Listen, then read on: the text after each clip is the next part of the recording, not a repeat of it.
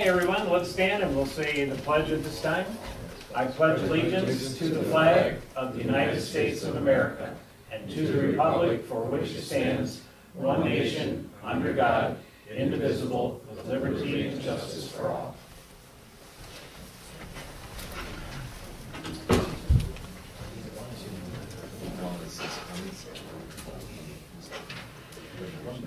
All right, welcome everybody. Thanks for coming out tonight. It's a nice, beautiful night, a little cool. We do have a couple board members that I believe are going to be here. Mr. Trent said he'd be here in a few minutes. And John was trying to make it, so I haven't heard back from him. So everybody else, we have a quorum. So we have the agenda that's placed before you. Any additions or deletions at this time? Okay, I don't think so. So the agenda is approved as stand. Okay, we'll get right down to public comment.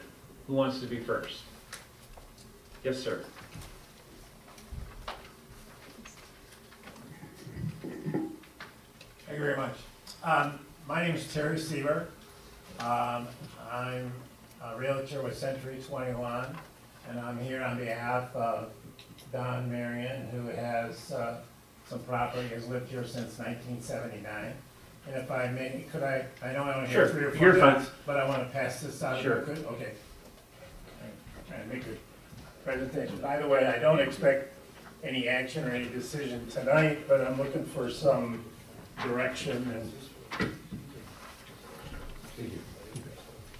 so on the front page, I have labeled A and B. Okay, Don's property is A, which is serviced by an easement that comes in off of 7 Mile Road. The second page shows that he purchased parcel B, and I think it was 1986. And so he ended up with the second lot. By the way, Don is a veteran of the Vietnam War. Was exposed to Agent Orange and has purchased this property at a reasonable price back then, and is going to be part of his retirement. So anyway, and I think I marked a little orange spot there. Okay, that is an indication of an easement that was on a following page, and it was provided to him by the people that own the property at 10561, which is to the left of his parcel, and it is shown in a lot split, or excuse me, the next page is 1990. That shows the access to properties at that point in time in 1990. So we're talking about an issue that was created in 1988. And the next page is a survey. The property was split to create parcels A, B, C, and D. As a result of that, Don purchased parcel B to add to his parcel A. And I know things have changed. You've changed your ordinance at least twice that I saw based on the history of your ordinance changes and stuff. And typically now people or communities will put a clause in the property description whether there's an ingress, egress, whether or not the property is buildable. The last page here, it's got the identification, parcel B. There's notes here from someone from the township. I don't know if it's the engineer. He went in to show that he wanted to build a house there. So this gives the indication to him as a purchaser of the property and everything that it's a buildable lot. He did a perk test. There were some issues with the perk test. But this is our evidence that we're indicating tonight, that we believe that the township represented to him that that was a buildable lot. Now that he's got the property up for sale, people have been coming in who have made an offer to purchase it. And the planner, this township is applying today's standards. And also, I thought it was interesting in the changes in the ordinances as they progressed through the years, there was always a clause in there that said that anything that occurred prior to this date was basically grandfathered in.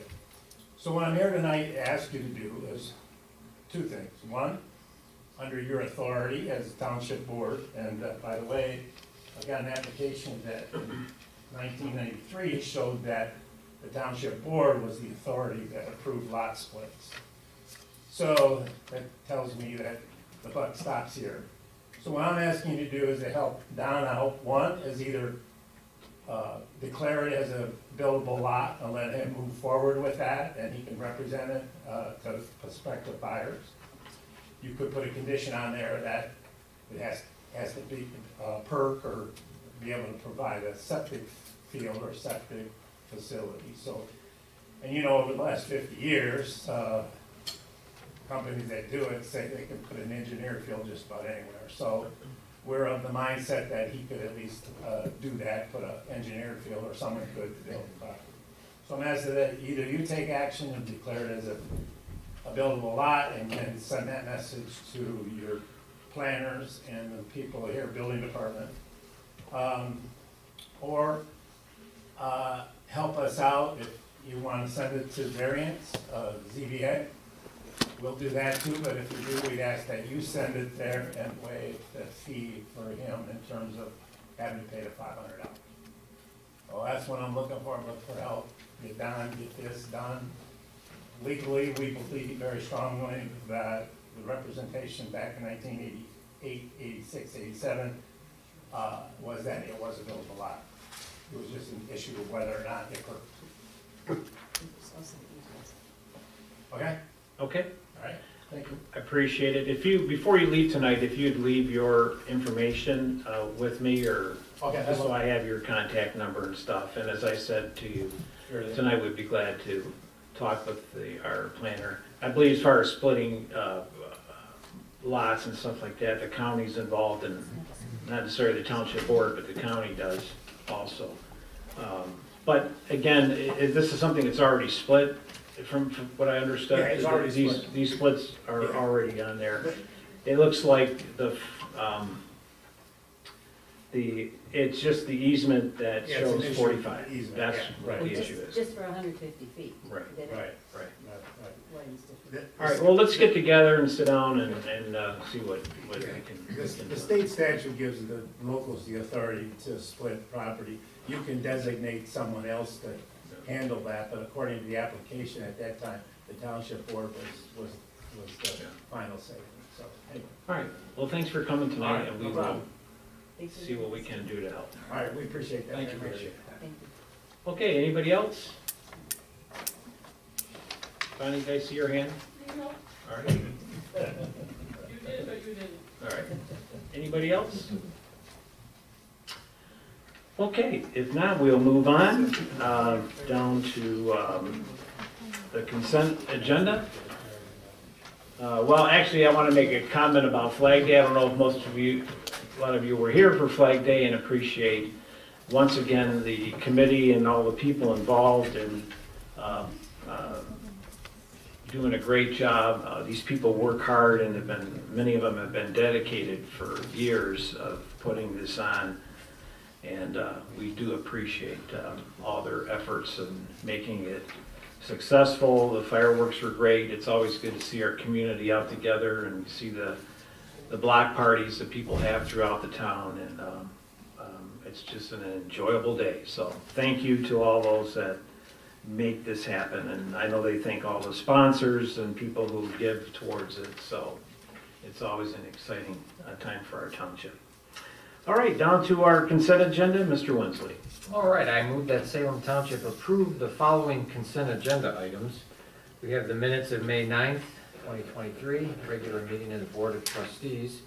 Then we have disbursements for the month of May out of the general fund of $76,987.96, a payroll of $59,105.34, paychecks of $362.54. The sewer fund, checks of $8,460.80. Escrow fund, $24,464.50. And the MEDC fund, disbursements of $15,422.86. For the invoices for the month of June, we have out of the general fund $99,965.65. Sewer fund, $10,315.28. Escrow fund, $20,914.50. And lastly, the MEDC fund invoices for the month of June, $70,805.38. So do we have a second on all these? I'll second Okay, Mr. DeLuca seconds it. Any other questions about the consent agenda?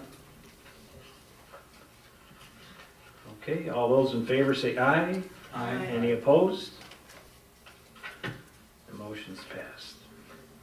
Okay, down to business items. I believe you got Mr. Wensley on the new private road, 107 Mile Road. All right, so we have a motion to either approve or deny the private road application located at 10710 7 Mile Road, which is just west of Napier, as recommended by our township planner, Paul Montagano. All application requirements have been met according to the private road application process. You see all of the memo from Paul, as well as one page of the engineering of the private road, and a letter by our Stentech engineers. Do we have any questions? I know, Ed, you reviewed this also, correct? Yes. So we have a second on this? Second. All right, TJ McLaughlin seconds. Any other further discussion? Mr. Supervisor, just curious, based on the last sentence of the engineer,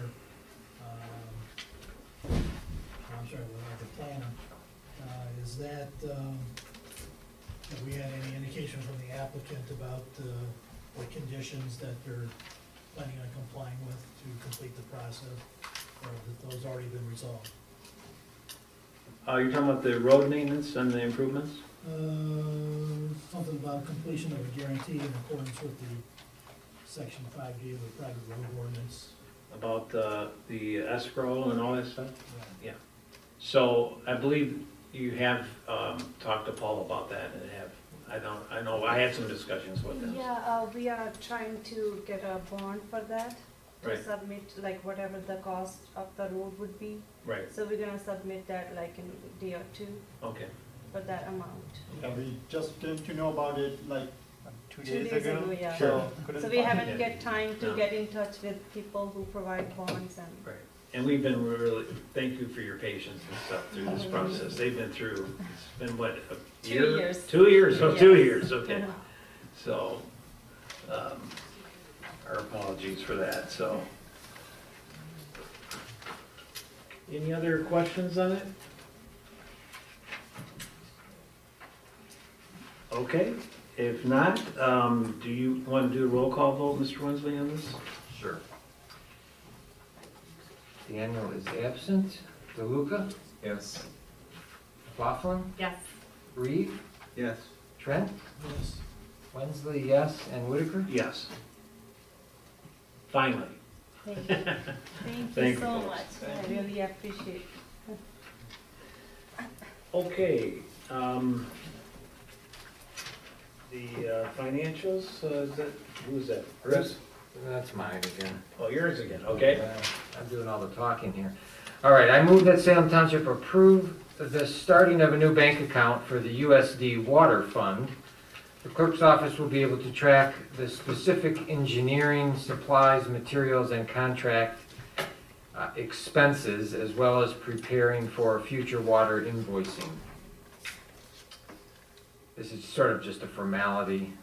We have a sewer fund bank account, but now we have to create a water fund. Okay. You have a second? I'll second it. Reggie? Any other questions on that? What financial institution will that be set up with? We'll stick with Chase at this time. Chase? Chase at this time.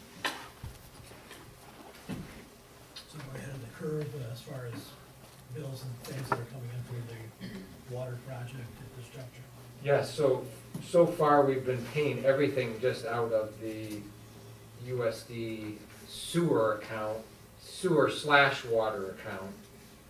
But as we get closer to the water tower and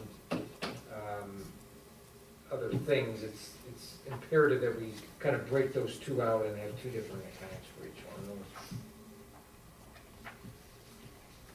Okay. Any other questions? Okay, we have a second. All those in favor say aye. Aye. Any opposed? Okay, we're down to Chief. Thank you, Mr. Supervisor. Just a couple things notable. Obviously, our call volume's been up with the dry weather. We've been really worried about brush fires. Thankfully, the residents have been pretty good about following the ordinance. The rain has come, so hopefully that's going to alleviate it. We had a very serious accident on 8 Mile where we had a bicycle versus a car, which was a fatal. And we've had a number of car accidents / motorcycle accidents that have been pretty serious in the township as well. Kind of for the first time I can remember, we got a mutual aid call from Plymouth Township for a structure fire, which is kind of nice to start bridging across to Wayne County. So thankfully the Plymouth Township was fairly quick in getting the fire out, and it was nice to see that Northville Township and Plymouth Township and us are starting to kind of build that relationship across that border. So that's kind of the first time that's happened. So that's all I have to report. Thank you, Chief. So from the clerk's department, just a few notable things that are going on in Lansing. As you know, 2024 we will have quite a few elections. We'll have the presidential primary, and we'll have the August primary, and then we'll have the general election next November.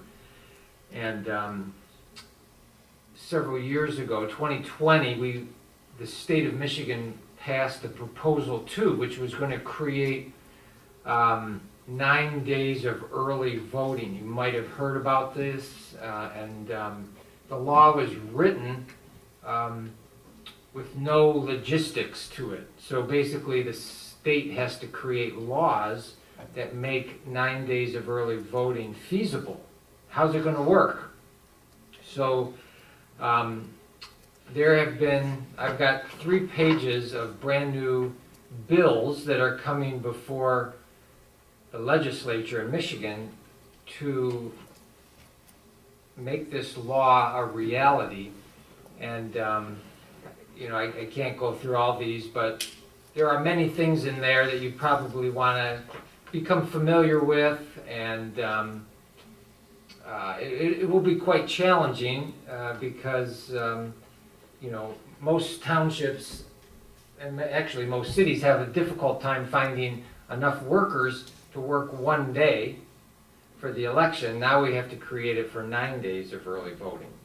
So though there's a lot of things that will be coming in the next, actually probably in the next 4 to 6 months, and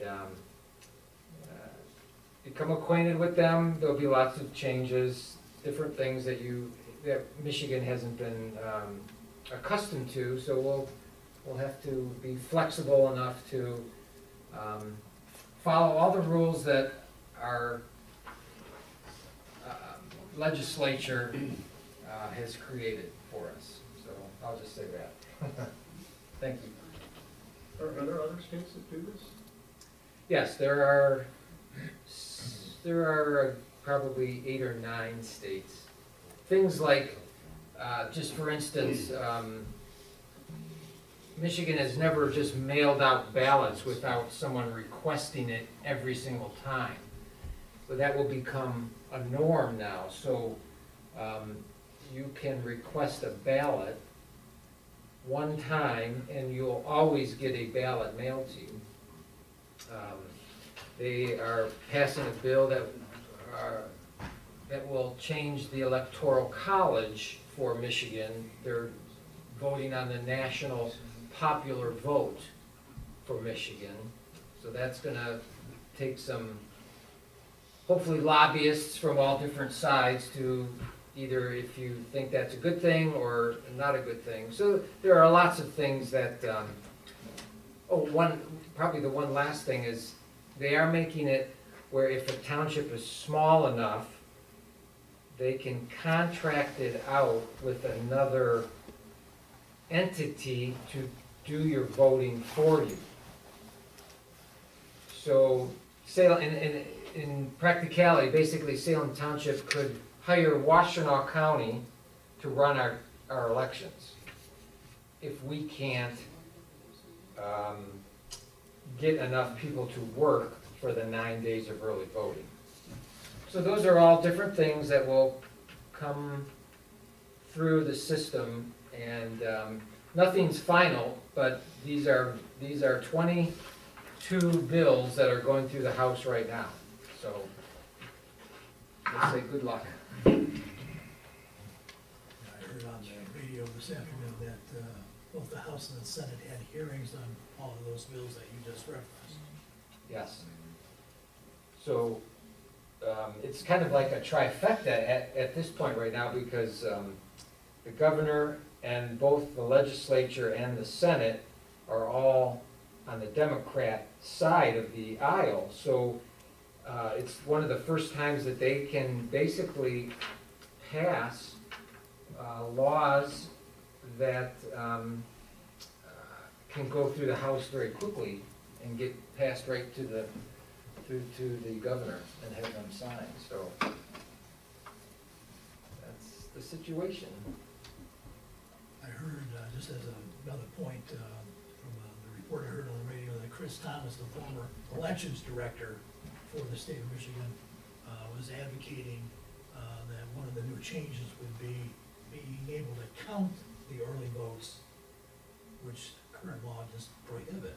Right. So the intent, he says, would avoid some of the publicity and fiasco that we saw in downtown Detroit and other communities throughout the country, where you're trying to process hundreds of thousands of votes in one night, and so it would allow voting ahead of time, or counting those votes ahead of time.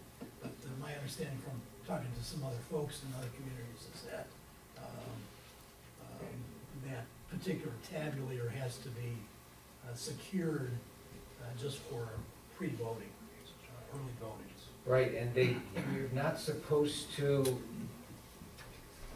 the officials of the township or city are not allowed to report the results. They can count the results, but they can't report the results.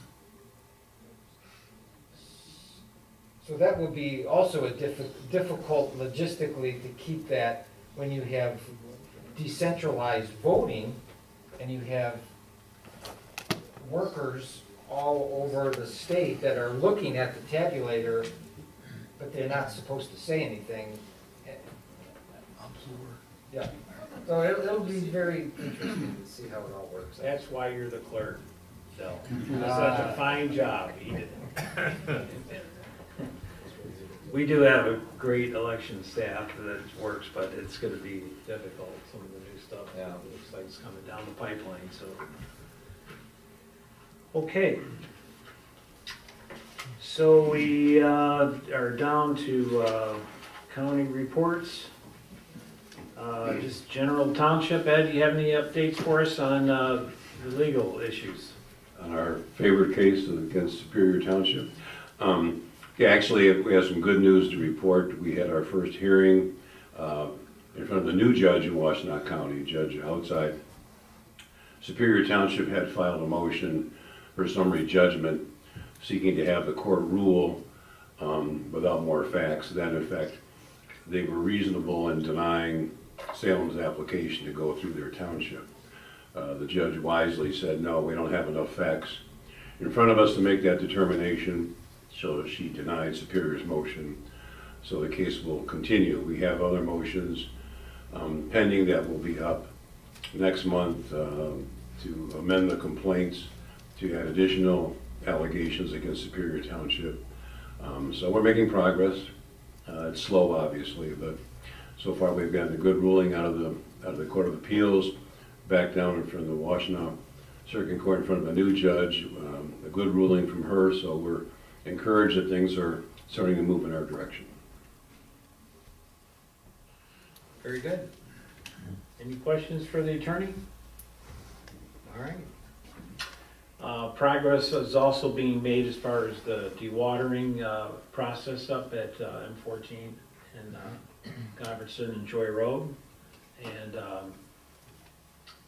we're waiting for their Stante's whatever report he has to turn into what the cost is of the shell of the pump station on Joy Road. So once we get that, then the board needs to vote that to continue that forward. Anything else? Board members, any questions? I'd like to just make a mention, if any of the board members have the opportunity to contact our local state rep or state senator. There were hearings today on the gravel and sand issue, where the aggregate industry is pushing new bills through. And because of a large amount of opposition from local communities that voiced their disapproval of these bills a couple weeks ago, it was actually taken off the agenda because the forecast was that it was going to go to the House floor for a vote 2 weeks ago, and they pulled it. Well, today they were having hearings, and it's scheduled to go for a vote tomorrow, depending on what happened in the hearings today, and I don't have that update. But again, this would take away complete local control from local communities on being able to administer any rulings, hours of operation, how high the stack of concrete and gravel can be, and all that kind of good stuff. And we've dealt with our own local entrepreneur on those kinds of issues as well. This would completely strip any kind of local power to oversee that kind of operation. It would all be handled by Eagle. And so if you can reach out to our state rep and state senator and let them know your concern, that will have an impact, because it obviously had an impact 2 weeks ago where they stopped the train from going down the track. And Jerry Fisher, who's been an attorney that has helped us on a number of legal matters, has been a pivotal voice in speaking before the committees in Lansing. He was contracted with the MTA to help lobby against these bills that are coming down the pike. So. Yeah, I had voiced my opinion with a couple of our reps, and it's interesting to see what they're saying about it. So hopefully, I didn't hear anything went on today. So are they still planning on voting tomorrow? Potentially. So, all right. Anything else? How about some public comment, more public comment? Did we finish everything? I think we did. So we just need some more comments.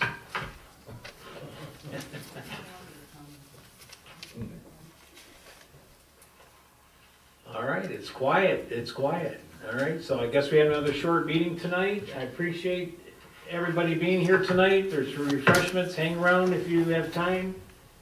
And we'll see you next month. All right, have a great night. We're dismissed.